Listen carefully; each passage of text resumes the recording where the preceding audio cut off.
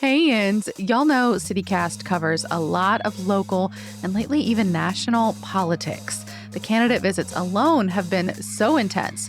So if you need a small break from the real races, consider a new show from City Theater. It has a tongue-in-cheek name, I am quoting here. POTUS, or Behind Every Great Dumbass, are 7 women trying to keep him alive. It's running September 21st through October 13th, and they say it is perfect for fans of Saturday Night Live or Veep. Get your tickets at citytheatercompany.org and use code CityCast for $5 off your order.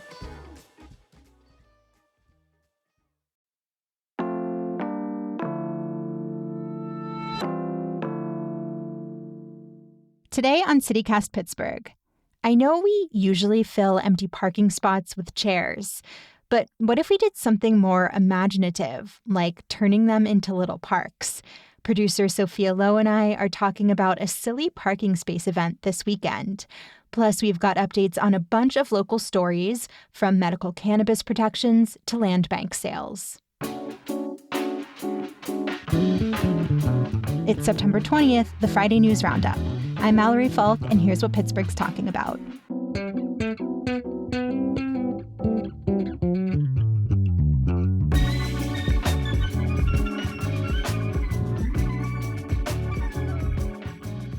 I'm with CityCast Sophia Lowe. Hey, Sophia. Happy Friday, Mallory. Happy Friday and happy Parking Day. What now?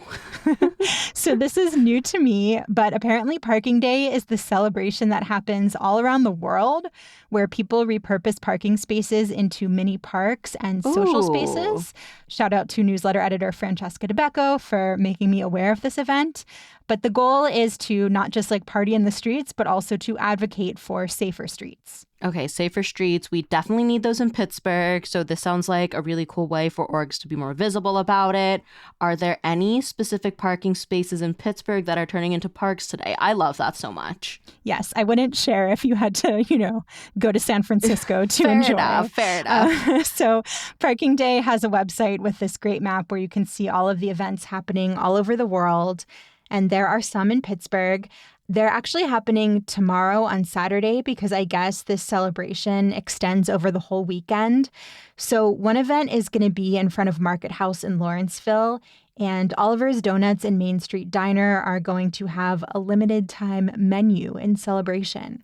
Ooh, we talked about the diner on yesterday's food show. It's kind of Beetlejuice themed, and it has boozy milkshakes, pinball. It's in the basement. So how is parking fitting into all of this exactly? Yeah, this is not down a boozy milkshake and then try to parallel park your car. Right. But yeah, I think the idea is that you can come have some treats and then take a look at this community map of Lawrenceville that will be there, where you can suggest ways to make the roads safer, giving out specific locations that could use a stop sign, for example. Oh, that's awesome. Yeah, and then there are 2 other events. So on the north side, Makeshift Bikes will have an activity focused on community-driven street safety initiatives. And then in Greenfield, the neighborhood association there will be posting up with Pogo, which is, of course, the city's bike share program. There's a proposed bike share dock in Greenfield. It's the first one in the neighborhood, and they want to get feedback on it. I am all for more bike share docks. I actually haven't tried Pogo yet because I'm a little nervous about biking on the streets, but I definitely just take a ride along a bike trail. But, on those really nice days, some of my friends have tried going out to a dock in my neighborhood, and they're usually all taken because, gotta enjoy the sun while you can. So maybe more bikes just makes them more available. Yeah, clearly these are popular, at least when the weather is nice, which happens occasionally in Pittsburgh. I am curious, Sophia, if there is a parking space that you would like to see transformed into a mini park, a social gathering spot, even if just temporarily. I want more space in my backyard for apple trees, so I would like to get rid of my spot permanently, but I think my partner would fight me. He's the one with the car. What about you? Yeah, I don't know. Parking spots are worth their weight in gold, depending what Pittsburgh neighborhood you're in. So that's a controversial choice. But I'm actually going to go with the suggestion Francesca made when she was first telling me about this event. She said it would be great to transform a parking space on Smallman Street in the Strip District, near the terminal. I really like that idea. That'd also be really good. And, get those apple trees in there, and then I won't have to put them in my backyard. True. So on to news updates. What are we talking about first? Yeah, and we're actually going to do things a little bit differently today because we have a bunch of quick updates on some stories that we've been following over time. So I wanted to start off with the Pittsburgh Land Bank, which was created about a decade ago to help do something about abandoned properties in Pittsburgh. Right. I remember we did that episode about the land bank when they'd finally sold some property after like 9 years. We talked to John Moss, who was at the time the co-editor of the Pittsburgh Union Progress, and he shared a little bit more about why it took so long for this land bank to get off the ground. But that was about a year ago, and the land bank is pretty complicated, so please remind me how it works. Very basic explanation, please. Yes, basic idea is that the land bank can take like an abandoned property or a vacant lot, clear off that property's tax debt, and then sell it to a new owner. So the goal is to have, fewer blighted properties around Pittsburgh, and then these sites that have just been sitting vacant for a while can start contributing to the city's tax base again. One of the things that's interesting to me, at least, about the land bank that we learned from John is once it's ready to sell a property, it doesn't have to go with the highest bidder. Okay, right. I'm starting to remember now. So this isn't necessarily about transforming vacant lots into like fancy high-rise apartments or a Shake Shack or something like that. Right. So when we talked to John a year ago, these sales were just starting, but we've seen a lot more now and can kind of get a sense of what's happening. And the land bank has been selling to organizations that are trying to then put the land to good use. So things like affordable housing or an urban farm. So for example, last year they sold a property to the Mount Washington Community Development Corporation, which is planning to build a food bank with an affordable rental unit on the second floor. Okay, yeah, a food bank is definitely a great use of space. I mean, I'm not sure we need so many more luxury apartments in the city for now. No, we do not. But there are a couple of reasons I thought it made sense to check in about the land bank right now. So first off is this pilot program they're about to launch. It's a residential rehab program. So like I said, so far they've mostly been selling to organizations, but in the next couple weeks, they're going to start listing some houses that are in need of major renovations that home buyers can purchase. Oh, cool. I'm curious to see how many people buy it and like who's buying them up, because I imagine that it is a pretty big commitment to buy a home that also needs a ton of renovation. Yeah, I mean, on their site, they say buyers will need to demonstrate that they are ready to take on a major rehab project. Oh, okay. But in terms of who buys them, it sounds like the intention is really to sell to people who plan to renovate and then actually live in these houses. I guess they'll come with a 5-year deed restriction, so somebody can't just buy a house, flip it, and then immediately sell it to someone else. And I think the idea also is to try to ensure that home buyers don't lose out to developers or speculators, which can happen a lot here. So I'll be really interested to see, what this looks like once those listings actually go live. Absolutely. And then the other reason I thought it was a good time to check in on the land bank was because of their latest deal, which actually has some interesting history behind it. So last Friday, they approved a resolution to buy 13 empty lots in the Charles Street area. That's on the north side in Perry South. The city currently owns those lots. The land bank is going to use about $128,000 in federal COVID relief funds to do this. And if you remember from our land bank episode, part of the frustration around this all taking so long to get up and running is that money has to get spent by the end of 2026. So I'm glad to see it's actually getting used now, and we're hopefully not going to be leaving a bunch of money on the table in a couple of years. Right. That would really suck. So now that this resolution's been approved, how does the rest of the property transfer work? Right. So once the land bank has bought those empty lots and cleared the debt tax, it plans to sell them to this neighborhood group that's had their eye on the vacant land for 7 years. Whoa. Shout out to friend of the pod, Eric Jankowicz with Public Source, who has a piece out all about this, which we will link to in our show notes. Yeah, Eric does a lot of reporting around development in Pittsburgh. He follows all of this stuff really closely. Great to tap into his reporting. Yeah, and so according to this story, the land bank plans to sell those lots to the Charles Street Area Corporation. And then they, in turn, plan to build 6 affordable houses on the site, which will get sold to people in the community. So this is a vision that the Charles Street Area Corporation and their director, Angela Williams, have been working to bring to life for years. She says in the story that this part of the North Side hasn't really seen investment in affordable home ownership for a while. So this feels like an important step. And something that's striking to me about all of this is where this whole plan is taking place, because this area is where activist Dorothy Mae Richardson lived and did really groundbreaking work on affordable housing and development. Yeah, I mean, Eric noted that history and the legacy of this neighborhood in his story, too. It's definitely something that struck me as well. And I've also gotten to chat a little with Angela Williams this past year. We met through a community engagement project, and she's actually the one who taught me a lot about Dorothy Mae Richardson's legacy. She's known as the pioneer of community-based development, and back in the 60s, Richardson saw the way redlining and slumlords had really harmed the Charles Street Valley, and she felt really strongly that those were the people that needed to be held responsible and play a role in fixing up the houses and revitalizing the neighborhood.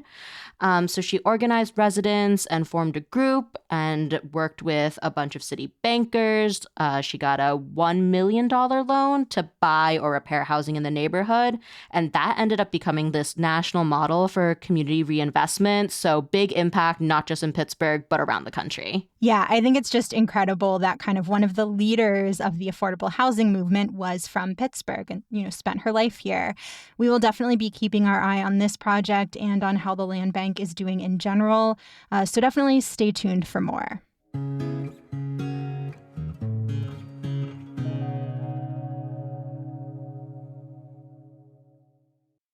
Ryan Reynolds here for, I guess, my 100th Mint commercial.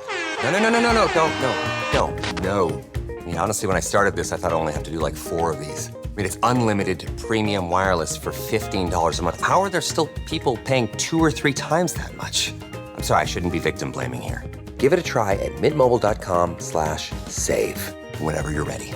$45 upfront payment equivalent to $15 per month. New customers on first 3-month plan only. Taxes and fees extra. Speed slower above 40 gigabytes. See details. This podcast is supported by Progressive, a leader in RV insurance. RVs are for sharing adventures with family, friends, and even your pets. So if you bring your cats and dogs along for the ride, you'll want Progressive RV insurance. They protect your cats and dogs like family by offering up to $1,000 in optional coverage for vet bills in case of an RV accident, making it a great companion for the responsible pet owner who loves to travel. See Progressive's other benefits and more when you quote RV insurance at Progressive.com today. Progressive Casualty Insurance Company and Affiliates. Pet injuries and additional coverage and subject to policy terms. And the next update is about U.S. Steel. We spent a lot of time talking about what was happening with the company and that whole sale on a Friday News Roundup on September 6th. So if you want more details, something a little more in depth, I highly recommend checking out that episode too.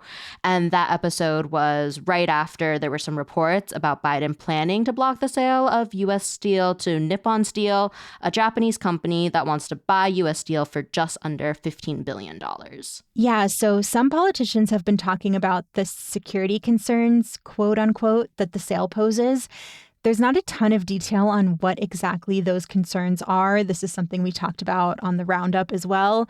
The Committee on Foreign Investment has been doing a review of the potential sale, including looking into security concerns, and they were supposed to finish that up next week and then make a recommendation to President Biden. He can't officially block the sale until he gets that recommendation, but his administration extended the review period for another 90 days. That's the big update here. Nippon asked to resubmit its application for a security review. The administration said yes, and that reset the clock. Trying to do some math here. So that means 90 days, that's after Election Day. Right. And, there's been so much conversation about this being a big political issue. It's like the one thing that seems to unite Harris and Trump. They both say they're opposed to this deal and would block it. So I wonder how this will factor into any of their talking points, especially when they visit our part of the state. Which they're doing a lot, and I expect they will continue to do a lot more as we get closer to Election Day. Yes. It seems like every other day someone's eaten a Pamela's pancake in our city.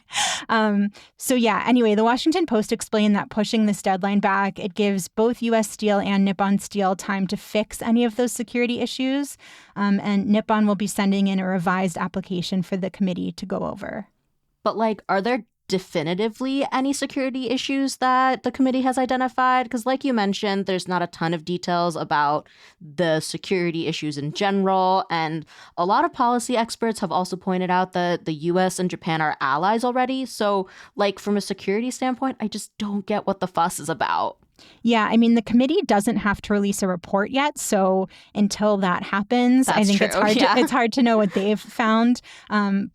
But yeah, I just haven't seen much specific reporting about what concerns there might be.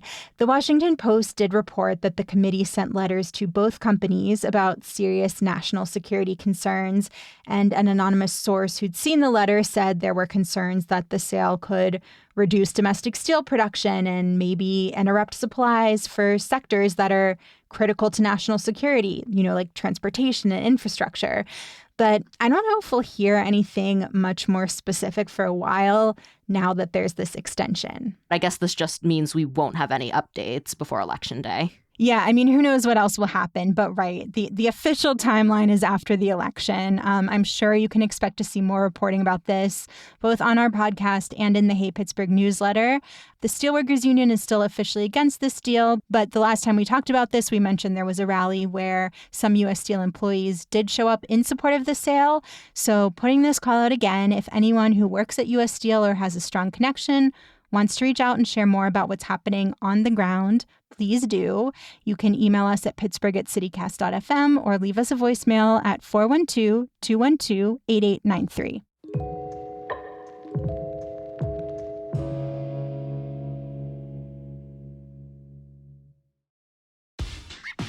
Starbucks Iced Apple Crisp Oat Milk Shaken Espresso. Made with blonde espresso, creamy oat milk, and spiced apple flavors. It's an icy crisp sip you can enjoy all autumn long. Order ahead on the Starbucks app. ABC Wednesdays. It's the premiere everyone is talking about. I'm Joan, and I'm your first Golden Bachelorette. Loves getting a second chance. When you're 61 years old, you have very few opportunities to change your life. I have to be ready. The Golden Bachelorette is proving romance never ages. I represent millions of people in their golden years looking for love. The Golden Bachelorette. I am ready to find the next great love of my life. Wednesdays on ABC and stream on Hulu.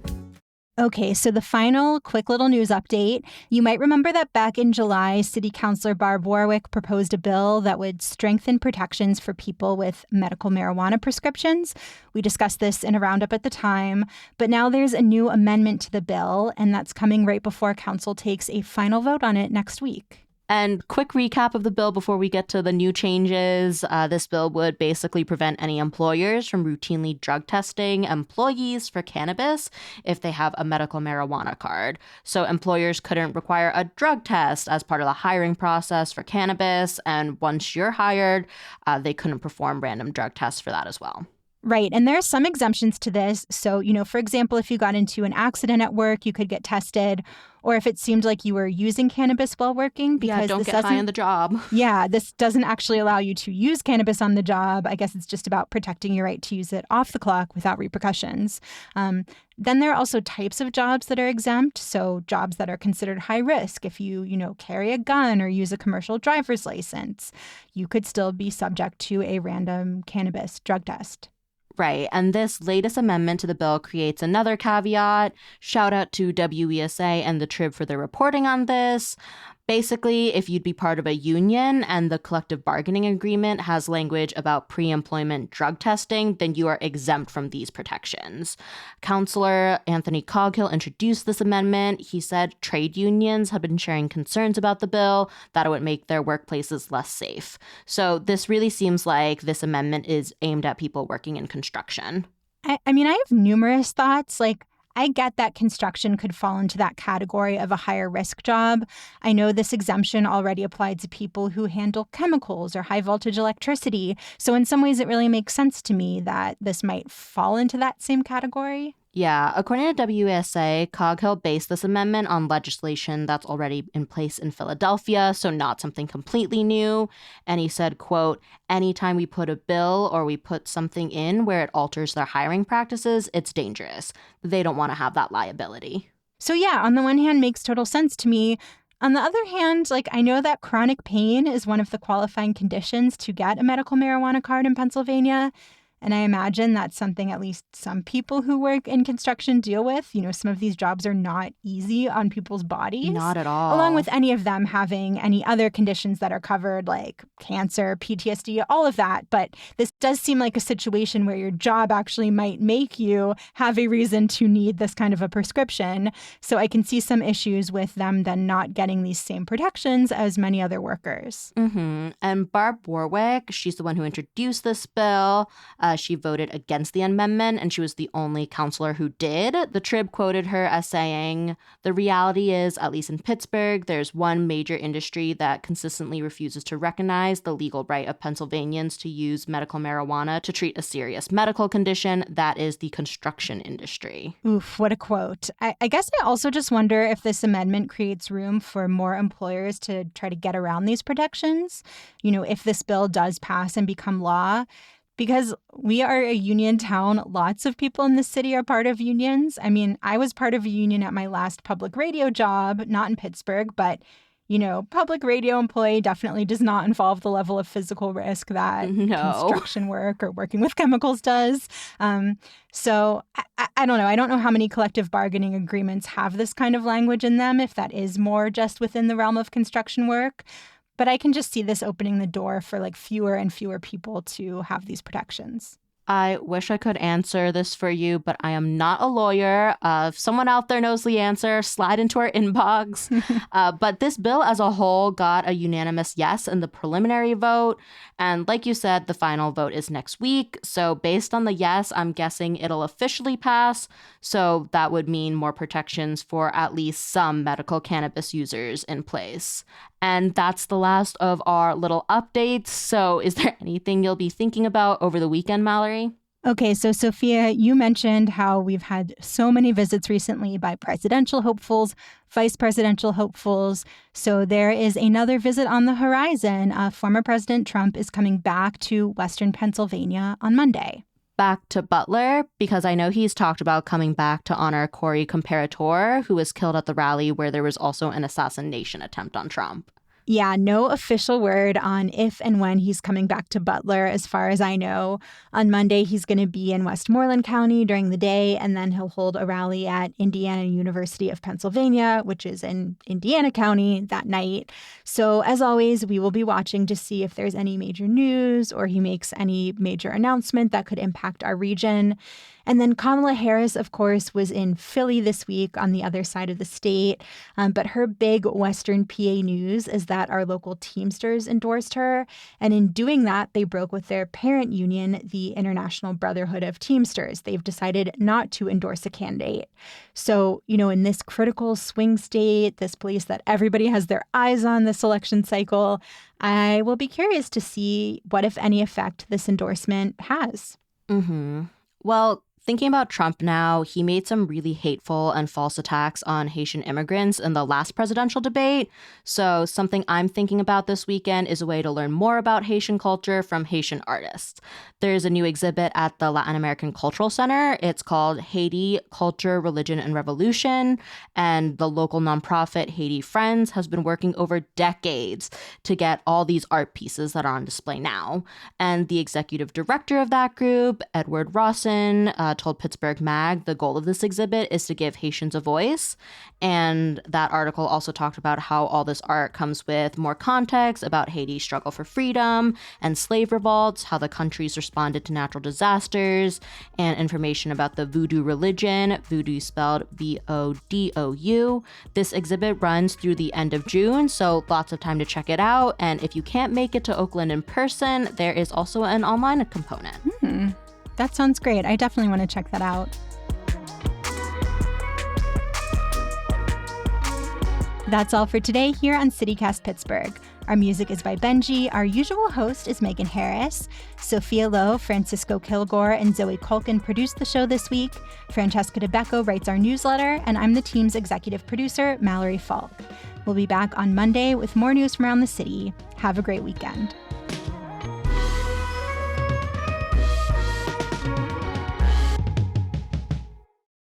This Trader Joe's sparkling apple drink, though, really good. Little tart, brat green.